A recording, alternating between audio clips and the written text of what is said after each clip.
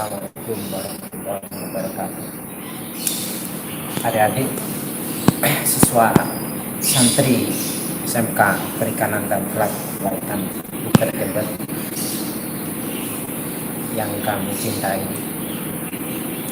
dalam sesi kali ini kita mengaji bab ilmu tauhid, dan yang kita kaji sekarang adalah kitab Jawahirul Kalam ya. Kita buka mulai halaman pertama. Kita mulai dengan muqaddimatul kitab. Sebelum itu mari kita baca umum kitab, kita khususkan kepada para masyayikh kita, terutama mu'allif kitab Jawahirul Kalam ya. Sanillah hadatin Nabi Mustafa Al-Fatihah.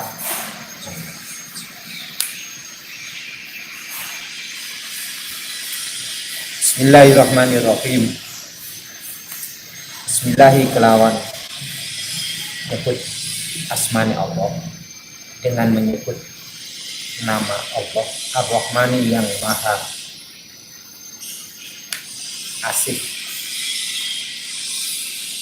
di dunia dan di akhirat, Ar-Rahimi dan maha belas kasih di akhirat saja.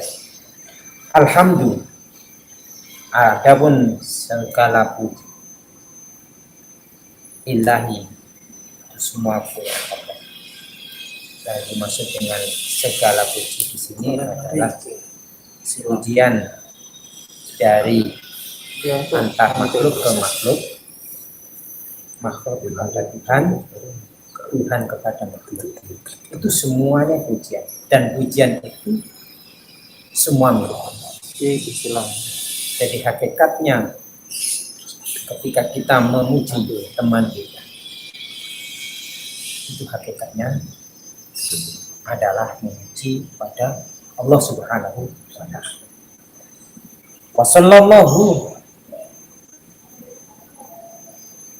dan semoga Allah memberi rahmat ta'dim ala. Kita ulang. Bismillahirrahmanirrahim. Wassallallahu ala sayyidina Muhammad wa alihi wa sahbihi wasallam. Semoga salawat serta salam kita curahkan kepada Nabi Muhammad sallallahu alaihi wasallam wa alihi, dan keluarga Nabi. Kata ali, keluarga di sini adalah bisa kita asumsikan kepada keluarga, memang keluarga Nabi, keturunan Nabi, keturunan sedarah daripada Nabi. Ada juga yang berpendapat pada pengertian daripada ali, keluarga di sini adalah orang-orang yang seiman, yang iman kepada Nabi. Wabadu, dan setelahnya membaca basmalah dan alhamdulillah. Fahadhihi, maka adapun ini tulisan. Risalatun merupakan risalah mustamilatun yang kalau bahasa Jawanya mengku atau menyangkut, ala masail, mengandung alal masaili, atas beberapa masalah al-muhimmati, yang penting, fi ilmi kalam, dalam pembahasan ilmu kalam, ilmu tauhid, yaitu ilmu yang di dalamnya dibahas tentang bagaimana kita mengesahkan Allah, kita mensatukan Allah. Kitab ini qoribatul ma'khadhi lil afham, kitab yang sangat mudah untuk difahami. Waja'atuha, dan kitab ini aku jadikan, ini adalah dawe Kiai Musa. Waja'atuha, dan aku jadikan kitab ini ala tariqil su'al wal jawab, atas soal dan jawab. Artinya bentuk redaksi daripada kitab ini adalah dibentuk secara bentukan soal, pertanyaan dan jawaban. Jadi bukan redaksi cara cerita, bukan, tapi soal jawab. Watasahatu lan gampangaken ki ingsun, aku gampangkan fi ibaratiha, di dalam ibarat-ibaratnya, tashilan, supaya apa? Supaya menggampangkan ditulabi kepada orang-orang yang mencari ilmu kitab. Jadi kitab ini Jawahirul Kalam ya, ini kecil, singkat, bisa cepat untuk dipahami oleh orang-orang yang ingin mengetahui tentang ilmu tauhid. Al-Muqaddimah utawi itu muqaddimah. Ini adalah pendahuluan, bab pendahuluan. Tastamilu dan mengandung kitab muqaddimah ini ala arba'i masailah, atas 4 beberapa masalah, 4 persoalan. Soal ma makna aqidatul Islamiyah. 1, mulai dengan soal jawab. Ma iku opo makna aqidatul Islamiyah, utawi artine akidah Islam. Jawab, al aqidatul Islamiyah, adapun akidah Islamiyah, ya akidah Islamiyah, al umuru alladhi ya'taqiduha ahlul Islam, perkara yang meyakininya ahli Islam. Jadi akidah Islam adalah akidah yang diyakini oleh orang Islam. Artinya keyakinan-keyakinan yang dimantapkan atau diyakini oleh selain orang Islam itu tidak dibahas di sini. Ayajimuna bisihhatiha, tegese memantapkan atau meyakini bisihhatiha dengan sahnya akidah Islam. Jadi yang dimaksud dengan akidah Islam adalah akidah keyakinan yang diyakini oleh orang Islam. Dan itu adalah akidah yang dijamin kebenarannya oleh Allah Subhanahu wa ta'ala. Soal ma makna Islam. Ma iku apa makna Islam ya. Makna Islam. Adapun maknanya Islam. Islam itu. Jawab, al-Islamu huwa al-iqrar lisan. Islam adalah berikrar dengan lisan, wa tasdiq bil qalbi, membenarkan dengan hati, membenarkannya bi anna jami'a ma jaa'a bihi nabiyuna Muhammadin sallallahu alaihi wasallam, bahwasanya segala yang datang dibawa oleh Nabi Muhammad sallallahu alaihi wasallam hakun, adalah hak, wasidkun, dan benar.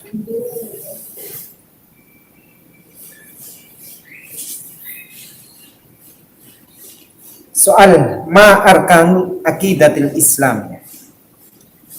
Ma iku opo arkanu aqidatul Islam ya. Rukun-rukun akidah Islam. Ai asasuha, artinya dasar-dasar akidah Islam. Jawab, arkanul aqidatul Islamiyah sittatu.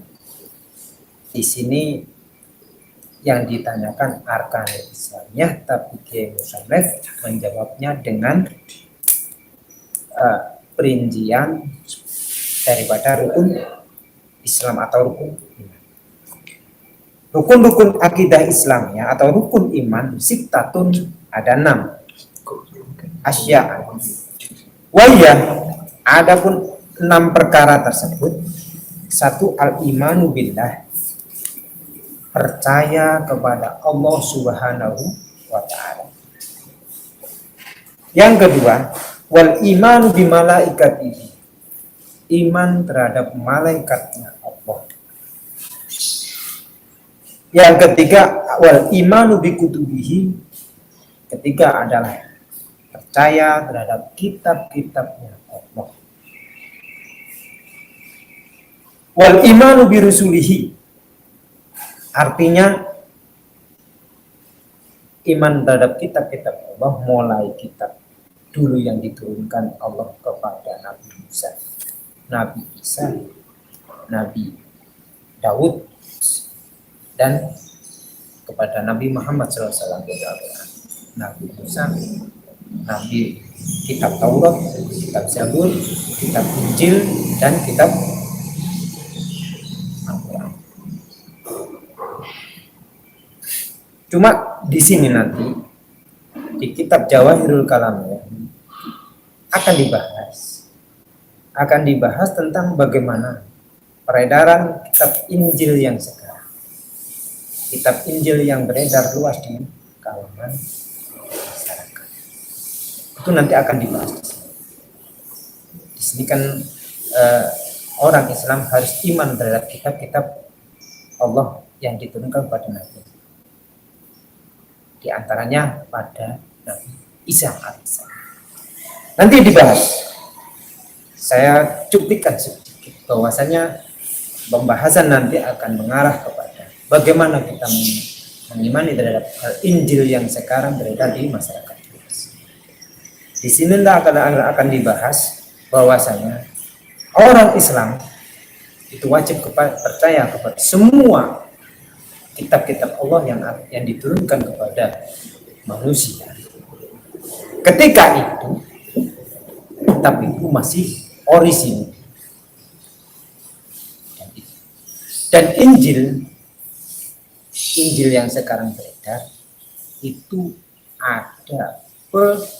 sudah ada perubahan.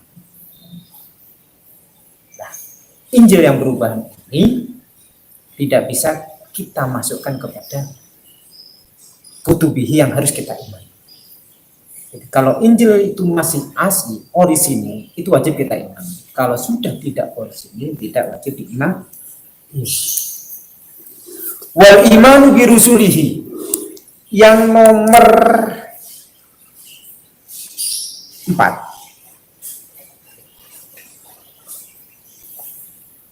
Rukun iman yang nomor 4 adalah iman kepada Rasulnya Allah. Yang semua itu ada 25. Mulai Nabi Adam terus sampai Nabi. Tidak bisa kita mengeliminir salah satu Rasul, kita tidak mengimani, tidak bisa. Itu merupakan sebuah perintah dari Allah Subhanahu wa Ta'ala. Walaupun itu tidak diutus kepada kita, Rasul itu tidak diutus sekarang, kita tetap harus mengimani. Nah, bagaimana terhadap Nabi Isa atau yang terkenal di sebutan Yesus itu? Kita sebagai umat Islam mengimaninya bahwa beliau itu adalah seorang nabi, seorang Rasul Allah yang diturunkan kepada manusia. Tetapi sebatas itu, tidak sampai memutuskan menaikkan derajatnya sebagai tingkatan Tuhan. Itu adalah keimanan kita, keimanan orang Islam yang sekarang. Wal imanu bil yaumil akhir, yang nomor 5 adalah iman terhadap hari akhir. Ini iman hari akhir, iman yang perkara walaupun hari akhir ininya tapi itu harus diimani, dan itu butuh sebuah kerelaan hati untuk mengimaninya. Rela tidak rela, kita harus iman kepadanya.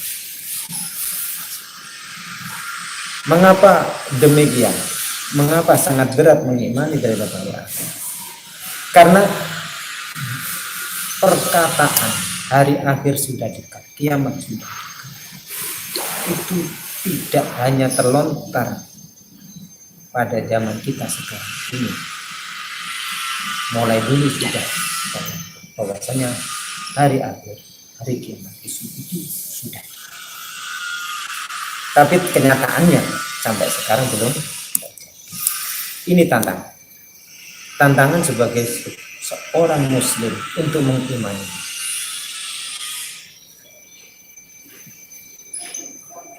Wal imanu yang nomor 6, wal imanu bil qadar. Percaya terhadap takdir, keputusan Allah Subhanahu wa taala. Takdir di sini adalah ada dua takdir. Kubro, ada takdir mu'alaf. Nanti kita akan bahas secara mendetail di belakang. Al-mabhasul awal, pembahasan yang pertama, fil imani billahi subhanahu wa ta'ala. Dalam bahas masalah kepercayaan kita terhadap Allah Subhanahu wa ta'ala, rukun iman yang pertama. Dan ini sangat penting kita camkan, kita prioritaskan agar kita sebagai sah sebagai orang muslim yang hidup di atas bumi, sah sebagai manusia makhluk Allah yang hidup di atas bumi. Kenapa demikian? Karena setiap sesuatu, setiap perkara kita butuh pengabsahan. Kita sebagai taruna, kita butuh pengakuan juga. Kita sebagai sebagai PNS juga butuh pengakuan. Begitu juga kita sebagai manusia hamba Allah, kita juga butuh keabsahan kita sebagai hamba Allah yang berhak hidup di muka bumi Allah. Apa itu? Keabsahan itu kita harus memperoleh dengan kepercayaan kita. Kita harus percaya kepada Allah bukan karena katanya orang, tapi kita harus percaya terhadap Allah Subhanahu wa ta'ala melalui akal kita, penemuan dari akal kita sendiri. Karena iman terhadap Allah itu harus dari dalam diri kita, tidak boleh berpaksa. Soal kaifal imanu billahi subhanahu wa ta'ala ijmalan, kita harus proses keimanan kita melalui tahap per tahap. Kita bahas sekarang kaifa, bagaimana al-imanu, percaya billahi pada Allah Subhanahu wa ta'ala ijmalan secara global. Sekarang kita bahas iman, percaya terhadap Allah secara global. Bagaimana? Jawab, wa anna taqida anna Allah Subhanahu wa ta'ala. Caranya adalah satu, yaitu anna taqida, kita harus meyakini anna Allah Subhanahu wa ta'ala, kita yakini bahwasanya Allah Subhanahu wa ta'ala muttasifun, mempunyai sifat bijami'i sifatil kamal, dengan segala sifat kesempurnaan, wa munazzahun an jami'i sifatin nuqsan, dan disucikan dari segala sifat-sifat kurang. Ini sudah tentu, sudah lazim, keharusan bagi kalau kita menyembah Tuhan, itu harus super, tidak boleh tidak. Kenapa? Karena Tuhan itu adalah tempat kita bersandar, tempat kita menyembah, di tempat kita menyerahkan diri segala kita apa yang ada lahir atau batin. Dan yang tempat kita berserah harus support dari kita. Tidak boleh lebih, tidak boleh sama dengan kita. Itu harus dijelas. Tidak boleh tidak. Paten. Jadi kita tempatkan Tuhan itu di atas segala. Dan itu harus. Umpama tidak, berarti kalau ada Tuhan kok tidak bersifat segala kesempurnaan, berarti dia sama dengan kita. Kalau sudah sama dengan kita, ada kelemahan. Kalau sudah ada kelemahan, mengapa kita sembah? Mengapa kita harus menyerahkan permasalahan kita kepadanya? Kalau dia punya kekurangan. Makanya kalau Tuhan harus mempunyai, harus bersifat segala kesempurnaan. Itu pandangan. Itu Tuhan. Soal kaifal imanu billahi subhanahu wa ta'ala tafsila. Jadi gemblengannya gitu. Globalnya begitu. Kita teruskan soal kaifa, bagaimana al-imanu percaya, caranya kita percaya billahi pada Allah subhanahu wa ta'ala tafsilan secara terperinci. Tadi kita bahas cara kita mempercayai Allah secara global. Global yaitu tadi. Dan sekarang kita masuk ke lebih detail lagi. Allah itu bagaimana?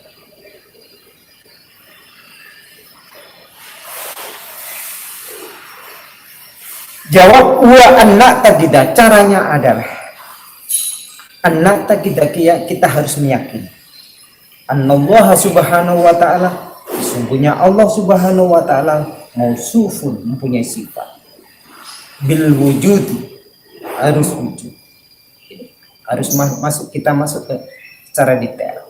Kita percaya dan Allah Tuhan yang kita sembah ini kita bisa mengetahuinya dari sifat-sifatnya, bukan dari dzatnya. Tidak bisa. Kita tidak mungkin di dunia ini kita menemukan Allah secara dzatnya, kita wasi dzatnya, tidak bisa. Dan itu pernah dilakukan oleh Nabi Musa alaihissalam ketika di Tur Sina. Di sana Nabi Musa atas dorongan umat Israel pada waktu itu agar Allah memperlihatkan diri kepada Nabi Musa. Tapi ternyata bagaimana? Tidak boleh. Bumi pada yang di gunung yang dibijak oleh Nabi Musa pada waktu itu hancur. Sehingga kita tidak mungkin di dunia ini untuk melihat. Karena apa? Karena kita yakin, kita mempercayai itu butuh melihat. Itu normalnya orang yang yakin. Yakin itu butuh tahu butuh melihat. Dan itu tidak bisa kita logikakan kepada Allah Subhanahu wa ta'ala. Karena keterbatasan makhluk ini. Jadi dunia ini untuk melihat Allah, tempat melihat Allah, kita tidak bisa. Jadi bukannya apa, tapi karena memang tempat ini tidak layak untuk bisa melihat Allah. Nah, kemudian kita caranya untuk mempercayainya tanpa melihat dzatiyahnya, kita mempercayai terhadap sifat-sifat Allah Subhanahu wa ta'ala yang Ahlus Sunnah meyakininya, mengklasifikasikan dengan 20 sifat. Yang satu adalah sifat wujud. Ini harus ada. Kalau tidak ada, tidak bisa. ini bertentangan dengan teori ateis tanpa Tuhan. Kalau ateis menyatakan bahwasanya semua ini adalah kehendak. Sebelum ada alam, berarti tidak ada. Berarti yang menciptakan adalah ketiadaan. Itu ateis. Dan itu menurut akal sudah tidak mungkin sekali. Dan kenapa? Kenapa ad-dinu aklun? Dawuh kanjeng Nabi, sabda Nabi, ad-dinu aklun la dina liman la aklalah. Ini bisa kita. Jadi wajib Tuhan itu wujud. Kalau tidak wujud, bukan Tuhan. 2. Wal qidam, dahulu. Wajib bagi apa yang kita sembah itu harus dahulu. Artinya mendahului segalanya, alam ini dan juga kita semua. Tidak bisa kalau kita menyembah terhadap perkara kok datangnya lebih dulu kita. Tidak bisa. Kalau sudah kita lebih dahulu dari apa yang kita sembah, berarti yang kita sembah itu sudah lemah. Karena yaitu lebih dahulu dari apa yang benar. Jadi Tuhan harus dahulu. Kita bahasakan sebagai Tuhan dulu. Nah, Allah itu adalah nama Tuhan yang disyariatkan di agama Islam. Jadi Tuhan harus demikian. Sampean kalau mau menyembah Tuhan, ini sifat-sifat ini yang harus sampean pegang. Sifat 20 ini. Sampean kalau mau menyembah Tuhan, Tuhan itu harus ini. 1 wujud. 2 dahulu. Kalau dia tidak dahulu, jangan disembah. Paham? Yang ketiga, al-wal baqa'u, dan kekal. Ini harus juga sampean kriteria ini. Jadi kalau sampean mau menyembah Tuhan, ini kriteria ini harus pegang. Kalau Tuhan itu, kalau dia itu tidak kekal, jangan disembah. Ini teori ini antara kidam, kriteria kidam dan bako ini tidak bisa disematkan kepada Tuhan Yesus. Tidak bisa. Itu sudah beda sekali. Tuhan Yesus itu munculnya lebih dahulu ibunya. Tuhan Yesus akhirnya meninggalnya, berarti tidak bako, tidak kekal. Kalau sudah tidak kekal dan tidak lebih dahulu dari kita, berarti dia tidak bisa disematkan kata Tuhan pada dirinya. Wal mukhalafatu lil hawadis, yang keempat adalah berbeda dengan makhluk. Kalau sama, mengapa kita sembah? Kalau sama berarti lemah, punya kelemahan. Wal qiyami binafsih, dan berdiri sendiri. Qiyami binafsih artinya berdiri sendiri, itu tidak butuh kepada yang lain. Tuhan tidak boleh butuh terhadap bantuan orang lain. Tidak boleh. Kalau masih butuh, kenapa demikian? Karena kalau masih butuh, berarti dia masih menyimpan ketidaksempurnaan, menyimpan kelemahan, dan itu muhal bagi perkara yang disukai. Wal wahdaniyati, dan mahasatu. Mahasatu ini juga harus wajib. Mahasatu, tidak ada yang menduakan. Wal hayati, dan juga hidup. Dan hidupnya ini tidak bergantung pada yang lain. Jadi umpama Rojo Fir'aun mengaku Tuhan, Betul, dia itu hidup. Suwe. Tapi tidak qiyamu binafsi.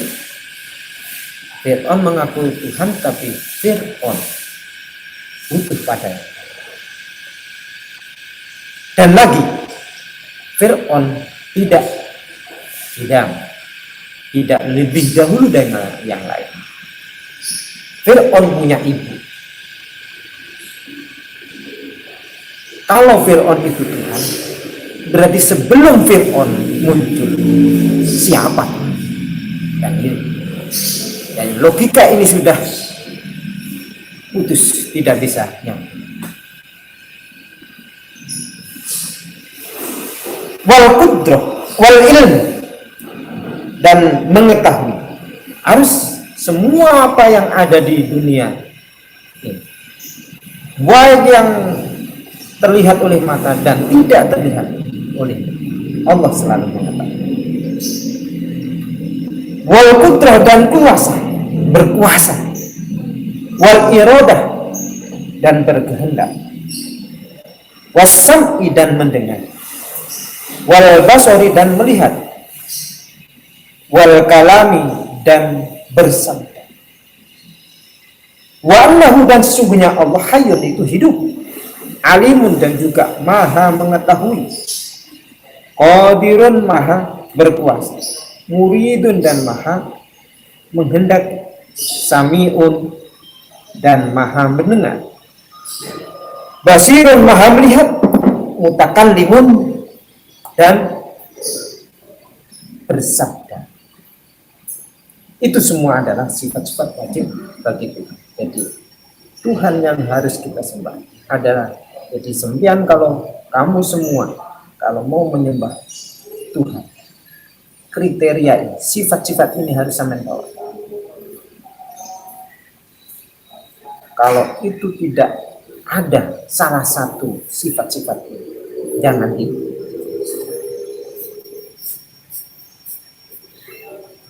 Soal kaifal i'tiqadu bil wujudi lillahi ta'ala. Bagaimana caranya kita meyakini dengan sifat wujudnya Allah Subhanahu wa ta'ala? Jawab, wa anna taqida. Anna taqida, bahwasanya kita harus meyakini Allah Subhanahu wa ta'ala, bahwa sesungguhnya Allah Ta'ala mawjudun, itu wujud. Wa anna wujudahu, dan sungguhnya wujudnya Allah bidatihi, dengan zatnya Allah, tidak butuh dengan ibu, tidak butuh dengan adanya pembangun, adanya penyusun, tidak bisa. Jadi wujudnya Allah wujud. Ada moro-moro butuh mediasi, medan untuk tumbuhnya. Oh tidak. Jadi semua yang kita bayangkan bahwasanya Allah itu wujud, jangan sampai kita asumsikan bahwa Allah itu wujudnya seperti kecambah yang tumbuh di bumi. Dia butuh medan untuk tumbuh. Dia butuh air untuk menyiram. Tidak bisa.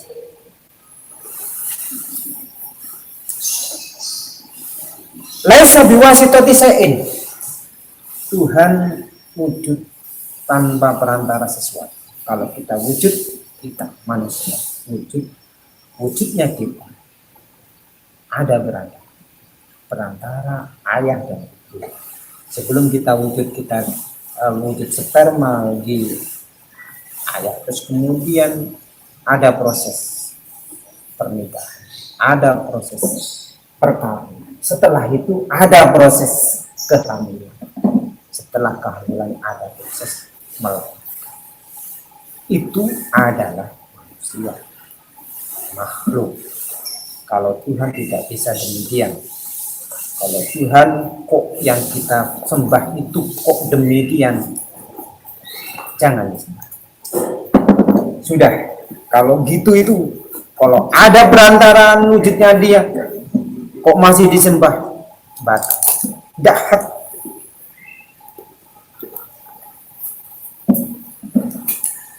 Wa anna wujudahu wajibun. Wujudnya Allah, wujudnya Tuhan itu wajib. Wajib la yumkinu ayyal haqqahu adam.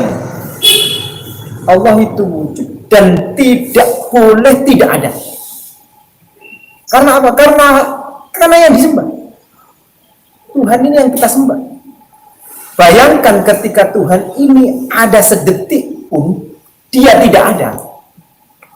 Kita bayangkan bagaimana hancurnya alam. Tidak ada pengendali. Bayangkan ketika alam ini tidak ada pengendali, kekosongan dari pengendali. Bayangkan apakah masih bisa utuh sedemikian. Sehingga Tuhan harus ada dan tidak mungkin tidak ada. Soal kaifal i'tiqadu bil qadami lillahi subhanahu wa ta'ala. Bagaimana kita meyakini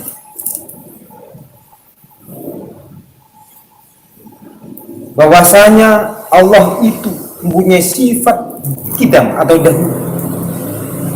Bagaimana kita bisa? Caranya kita meyakini Allah itu dahulu.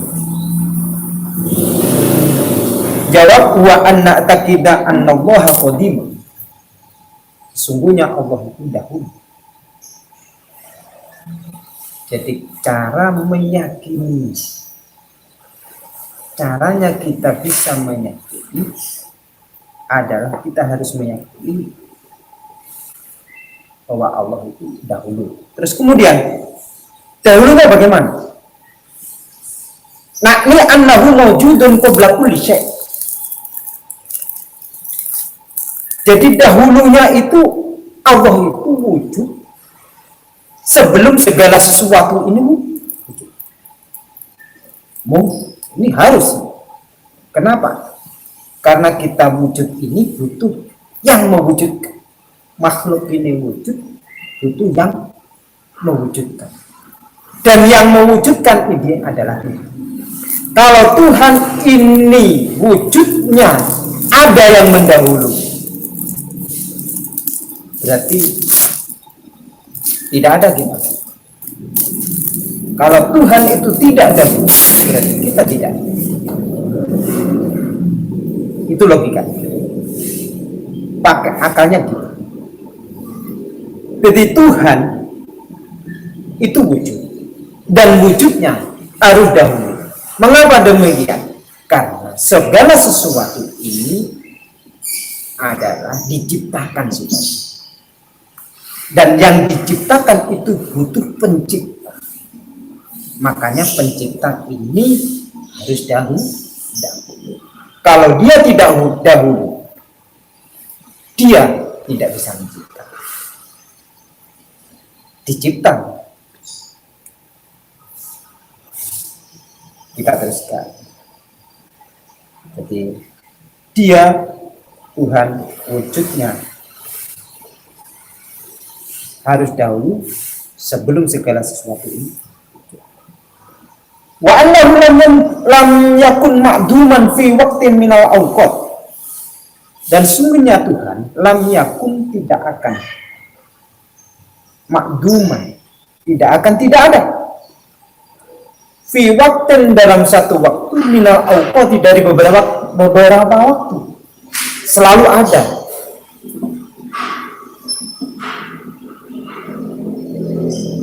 Wa anna wujudahu laysa lahu awwalun, dan wujudnya Allah itu tidak berawal. Ini. Jadi umpama kita bayangkan wujudnya Allah itu sepertinya seperti kecam. Kita bayangkan. Itu sudah tidak demikian. Itu makhluk itu masuk kepada mukhalafatun lil hawadis. Jadi kalau kita punya pikiran bahwa Tuhan itu wujudnya seperti karena dia tidak ada yang menciptakan, oh berarti seperti cambah. Ya tidak mungkin, karena cambah itu butuh mediasi, butuh medan untuk tumbuh, tempat untuk tumbuh, dan juga butuh air. masih butuh terhadap. Jadi ya segini aja. Jadi Tuhan itu wujud dan wujudnya itu dahulu dan dahulunya tidak didahului oleh yang begitu.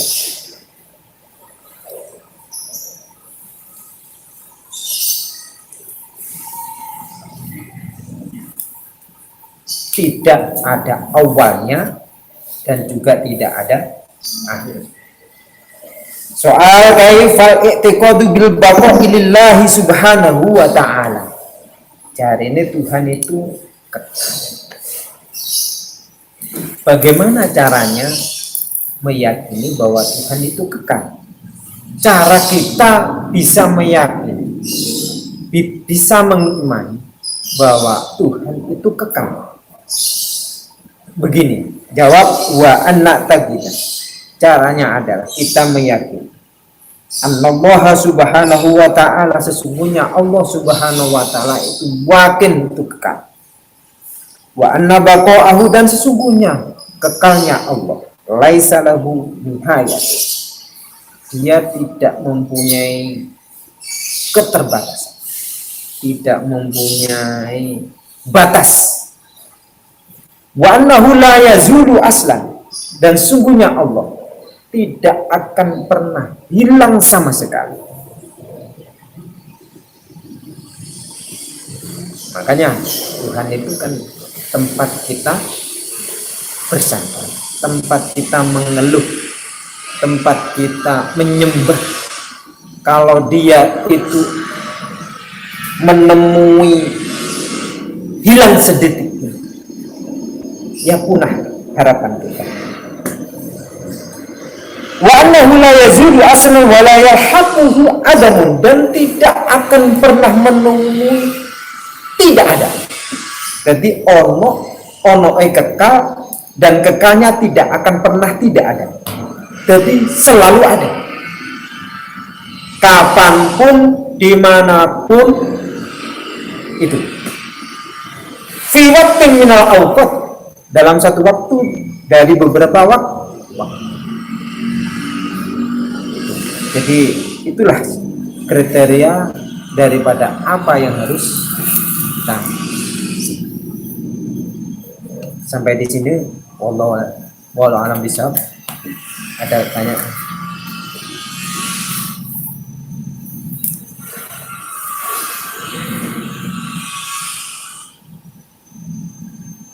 Satu, apabila ibadah tidak diterima tanpa tauhid, lantas apa sebenarnya hakikat? Yang kedua, apa konsekuensi dari kalimat la ilaha illallah? Konsekuensi kita nomor satu dulu ya. Apabila ibadah tidak diterima tanpa tauhid, lantas apa sebenarnya hakikat tauhid? Tauhid itu adalah dari kata wahada yuwahidu tauhidan. Jadi masdar daripada wahada yuwahidu, terus masdarnya adalah tauhid, yang artinya adalah mengesahkan tuh, mensatukan, mengesahkan. Apabila ibadah tidak diterima tanpa tauhid, lantas apa sebenarnya hakikat tauhid? Hakikatnya tauhidnya adalah mengesahkan Tuhan, tidak ada lain. Tidak ada lain. Kalau ibadah kepada selain, berarti kalau ibadah tanpa tauhid berarti dia itu ibadah kepada sebanyak Tuhan. Coba bayangkan, mungkin? Ya tidak mungkin. Sudah. Berarti dia itu menyembah kepada banyak Tuhan, kepada banyak. Terus kemudian ketika Tuhan itu yang banyak mempunyai kehendak sendiri-sendiri, ini satu orang ini yang ibadah ini punya doa, saya kabulkan. Tuhan yang lain tidak mau mengabulkan. Bagaimana? Apa terwujud? Tidak. Maka syaratnya ya harus, tidak bisa, logikanya tidak ketemu. Apa konsekuensi? Makanya ibadah tanpa tauhid ya tidak sah. Berarti dia itu memusyrikkan, mensekutukan Tuhan. Dan itu tidak diterima. Bayangkan ketika sampean diduakan sama, umpama sampean perempuan diduakan sama laki-laki, perasaannya bagaimana? Pertamanya obral memberi sesuatu, ketika sampean tahu sampean itu diduakan, bagaimana?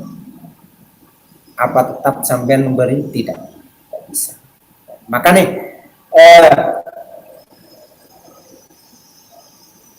ibadah itu harus ikhlas. Ini juntrungnya kepada ikhlas. Kalau tidak ikhlas tidak bisa diterima. Untung itu Tuhan itu ketika sampean ibadah kok Tuhan tidak tersinggung. Kalau tersinggung tambah ruwet, kena siksa sampean. Siksanya gimana? Ini hidup di bumi itu, tapi dia ibadahnya kepada selain. Apa konsekuensi dari kalimat la ilaha illallah? Konsekuensi bagaimana? Konsekuensi positifnya. Konsekuensi dari positif dari kita lafaz la ilaha illallah. La ilaha illallah itu ada,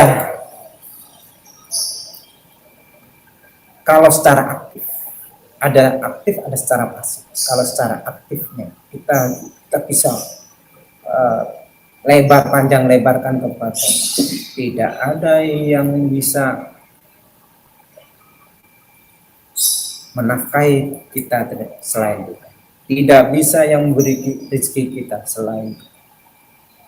Kita tidak bisa yang menghidupi kita selain Allah.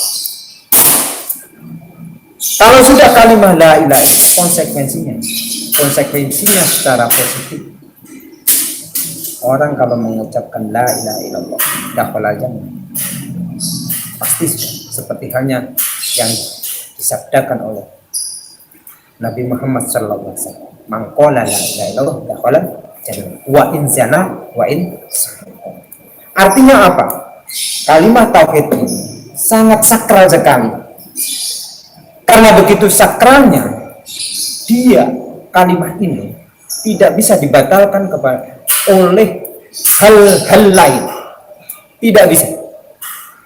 Jadi absolut seperti halnya 1 tambah 1 2. Jawaban 2 ini tidak bisa digagalkan oleh karena yang mengucapkannya ini seorang bayi atau orang yang tidak tetap. Itu semuanya tetap la ilaha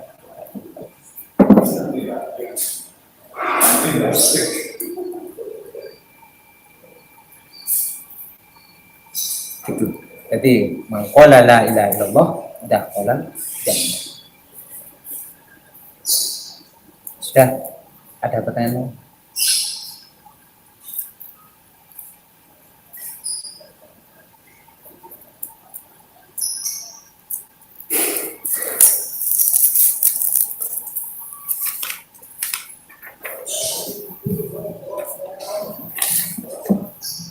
Apakah manfaat dan tauhid